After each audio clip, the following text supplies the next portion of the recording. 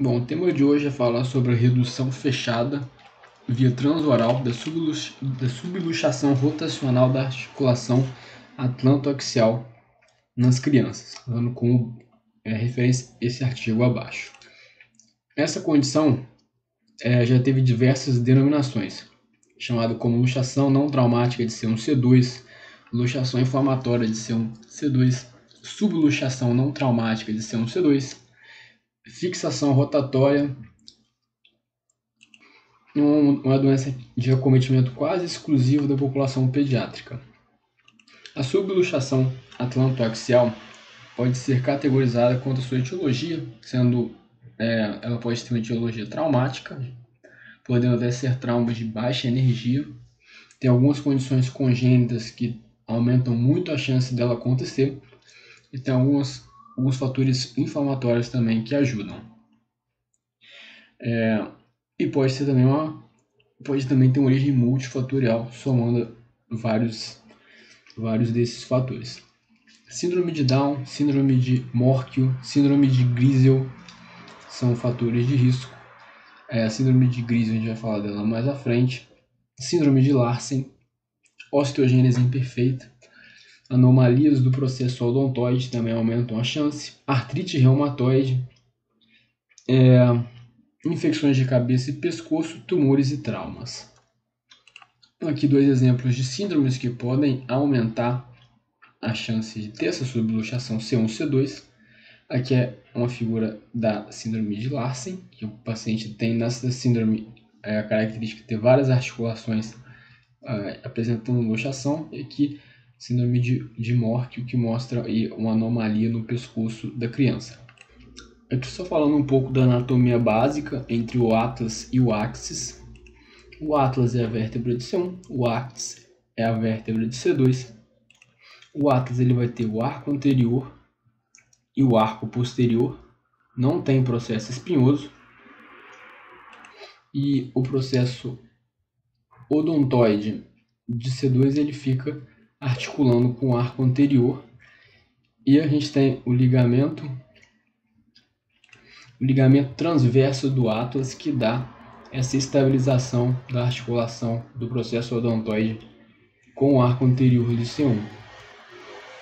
Aqui mostrando também uma visão posterior, onde tirou o arco posterior de C1 para mostrar também o ligamento transverso do atlas. Ele tem uma extensão superior, que é a banda longitudinal superior, que articula com o osso occipital, e uma banda longitudinal inferior, que articula com a vértebra de C2.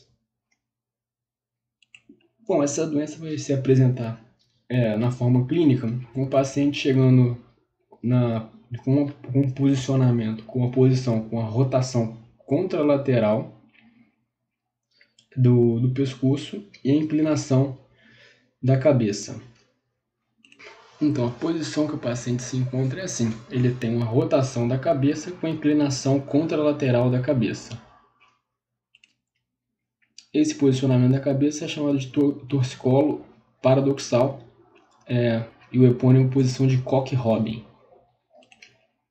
O paciente também apresenta cervicalgia, perda na mobilidade do pescoço. Ele vai ter o esternocleidomastoide relaxado para o lado que a cabeça está inclinada, e o esternocleidomastoide do outro lado vai ficar tenso. Não é comum ter déficit motor, mas pode acontecer de ter alguma paresia de membro superior, algum déficit motor. Não é comum, mas pode acontecer.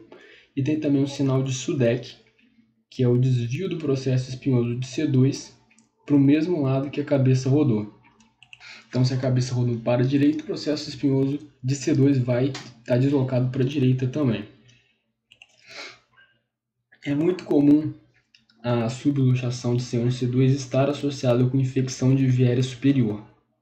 Quando isso acontece, a subluxação após infecção de viária superior, a gente chama de síndrome de Grisel, que foi o caso dessa garotinha da foto. E como eu já falei, quando está relacionado a trauma, geralmente não são traumas de grande energia. A subluxação atlantoaxial ela é classificada através da classificação de Fielding e Hawkins, né? Classificação de Fielding e Hawkins, onde o tipo 1 a gente só vai ter um desvio rotacional do Atlas. Ele não vai ter deslocamento nem anterior nem posterior. Esse desvio, essa luxação, ela vai acontecer dentro do arco de movimento normal de C1 e C2. Aqui ele vai fazer um arco de movimento um pouco maior, vai rodar um pouco mais. No Fielding Hawkins tipo 2 a gente vai ter esse desvio rotatório, mas a gente vai ter também um deslocamento anterior do Atlas, um desvio menor do que 5 milímetros. Tem um deslocamento então anterior, só que pequeno, menor do que 5 milímetros. O tipo 3 vai ser a mesma coisa, vai ter o desvio rotacional e vai ter um deslocamento anterior maior do que 5 milímetros, diferente do tipo 2 que é menor do que 5 milímetros, o tipo 3 vai ser maior do que 5 milímetros. E o tipo 4 vai ser o tipo que vai ter também um desvio rotacional de C1 e vai ter um deslocamento posterior da vértebra de C1 sobre C2. Aqui mostrando de novo os tipos de luxação. C1 só rotacional, tipo 1 só rotação. O tipo 2 é a rotação mais um deslocamento anterior menor do que 5 milímetros. O tipo 3, um movimento rotacional com um deslocamento anterior maior do que 5 milímetros. E o tipo 4 vai ter a rotação mais o deslocamento posterior de C1. Bom, para fazer o diagnóstico, a gente pode utilizar uma radiografia de coluna cervical. As incidências que a gente usa é o AP, o perfil e o transoral. E o que a gente vê é uma assimetria de C1 e C2, não estando totalmente alinhadas, que é a deformidade de Cock-Robin. No raio-x lateral a gente consegue também ver a vértebra de C1 projetada anteriormente sobre o processo odontoide. E no raio-x transoral, o que a gente vai ver vai ser a faceta coberta pela massa lateral de C1. A articulação da faceta vai ser coberta pela massa lateral de C1. Então, uma figura de raio-x um pouco melhor que mostra o processo odontoide meio deslocado da vértebra de C1, aqui mostrando também um espaço maior entre os dois. E o exame melhor que a gente pode fazer é a TC de coluna cervical com reconstrução 3D, onde a gente pode ver exatamente qual que é esse grau de deslocamento de C1 sobre C2, e esse é o exame ideal para a gente poder fazer a classificação da subluxação. Aqui nessa tomografia a gente vê uma subluxação de C1 sobre o C2 com um deslocamento anterior maior do que 5 milímetros, então uma Fielding Hawkins tipo 3. Apesar de na descrição da imagem falar tipo 1, né? Mas acho bem estranho. Na ressonância a gente vai poder ver rupturas de ligamento, seria um exame complementar também interessante a ser feito. Bom, o tratamento pode ser feito com redução fechada, imobilização com colar, cirurgia, colocação de gesso, tração com betoneira, halo craniano e colar cervical. O objetivo desse trabalho é mostrar, dar uma ênfase maior à redução fechada da luxação, não falar dos outros tratamentos específicos. O principal aqui é falar da redução da luxação. Bom, as indicações de realização da manobra, né?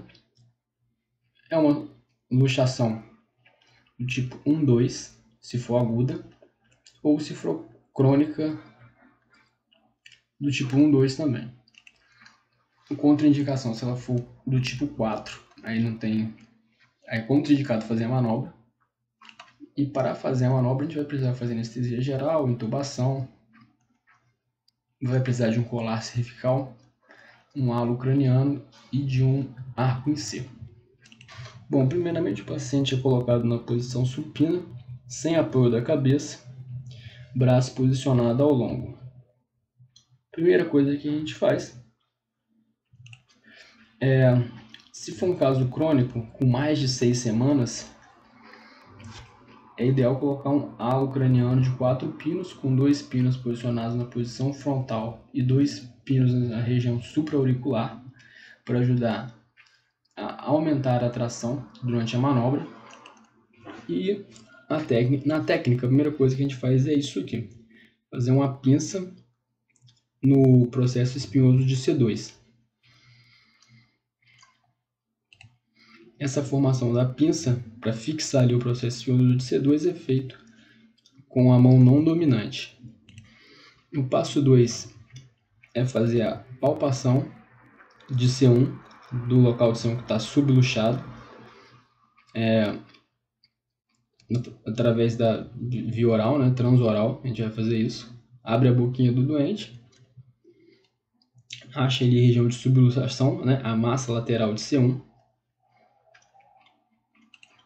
lá no fundo da garganta, lá bem dentro da nasofaringe. Essa palpação da massa lateral de C1 a gente faz com a nossa mão dominante, e ali a gente consegue palpar o tubérculo anterior do atlas. Quando a gente consegue palpar, o que é feito é uma tração, é feita com as duas mãos, enquanto o dedo indicador, que está dentro da boca do doente, aplica uma pressão na massa lateral de C1, tentando fazer uma rotação contralateral à luxação, tentando voltar, né, rodar C1 de volta para sua posição anatômica. Quando isso acontece, a gente consegue sentir um leve clique, indicando que a redução foi bem sucedida. E depois que a gente escuta o clique, quando a gente sente o clique, a gente não consegue mais palpar a massa lateral de C1. O terceiro passo é fazer a mobilização da articulação atlantoaxial, onde a gente lateraliza a cabeça para a direita e para a esquerda, mantendo aquela pressão contínua sobre C1, que estava previamente luxado. Aí você faz essa rotação da cabeça para um lado e para o outro, mas tentando estabilizar a articulação que estava anteriormente luxada. E no fim a gente faz uma fluoroscopia, raio-x AP lateral, para ver se realmente a redução foi feita com sucesso. Aqui o raio-x e o final da cirurgia mostrando o processo odontoide de volta na sua posição. Aqui mostrando só, né, tratamento do tipo 3 e do tipo 4, geralmente requerem estabilização cirúrgica da articulação. As opções cirúrgicas: a gente pode fazer uma artrodese só com fio de Kirchner, ou fazer a fixação com uma artrodese mesmo. Aqui mostrando o paciente com halo craniano. Caso o paciente perder a redução, a gente deve realizar a manobra novamente. E o protocolo pós-redução é fazer uma TC de controle 3D após o procedimento para confirmação da redução. A alta hospitalar pode ser feita logo após o procedimento, não precisa ficar internado para observação.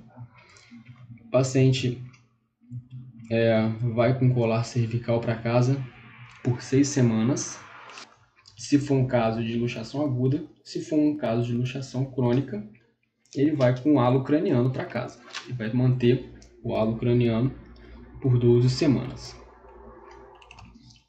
E durante esse período, a gente faz radiografias de controle com 1, 2 e 4 semanas.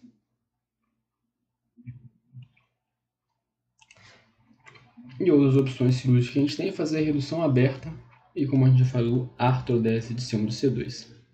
Bom, essa doença é uma doença muito importante porque ela é a condição mais frequente, é a doença mais comum da coluna cervical nas crianças. Então ela é bem relevante. Agora a gente vai mostrar um vídeo da manobra. A manobra ela pode ser realizada sempre em quem tiver luxação aguda ou crônica na classificação tipo 1 e tipo 2 de Fielding-Hawking. Aqui mostrando a raio-x transoral, a gente não consegue ver o processo odontoide, coberto pela massa lateral de C1. Aqui mostrando a massa lateral de C1, provavelmente mostrando uma rotação para o lado direito de C1. Aqui os principais passos da técnica: a fixação do processo espinhoso de C2, palpação do C1 subluxado da massa lateral de C1 através da nasofaringe e fazer sua redução. E o passo 3 é fazer a mobilização da articulação atlantoaxial.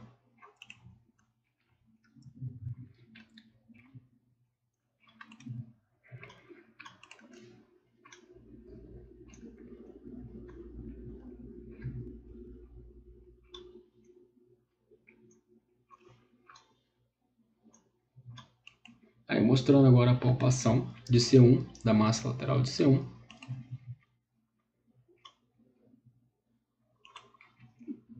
Fazendo agora a rotação de C1 para a posição anatômica normal da articulação. Enquanto a outra mão não dominante faz a estabilização do processo espinhoso de C2.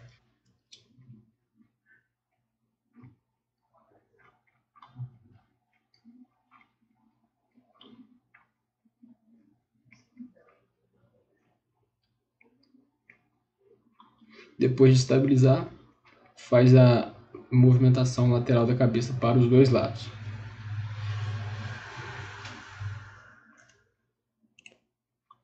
Agora a manobra real, paciente sedado.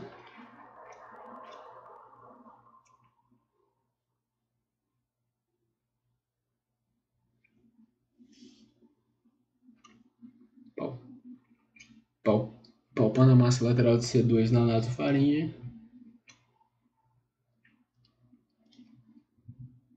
Faz a tração através da mão que está dentro da boca do doente, tentando ali já fazer um movimento rotacional.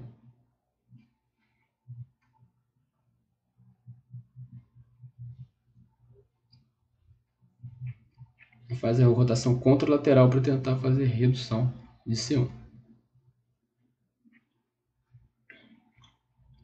E a gente faz também uma tração da cabeça para cima para conseguir fazer isso com mais facilidade.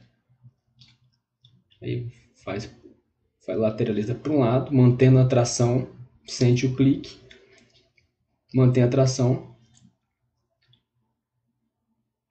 Agora que já sentiu o clique, a massa lateral do C1 não pode ser palpada mais.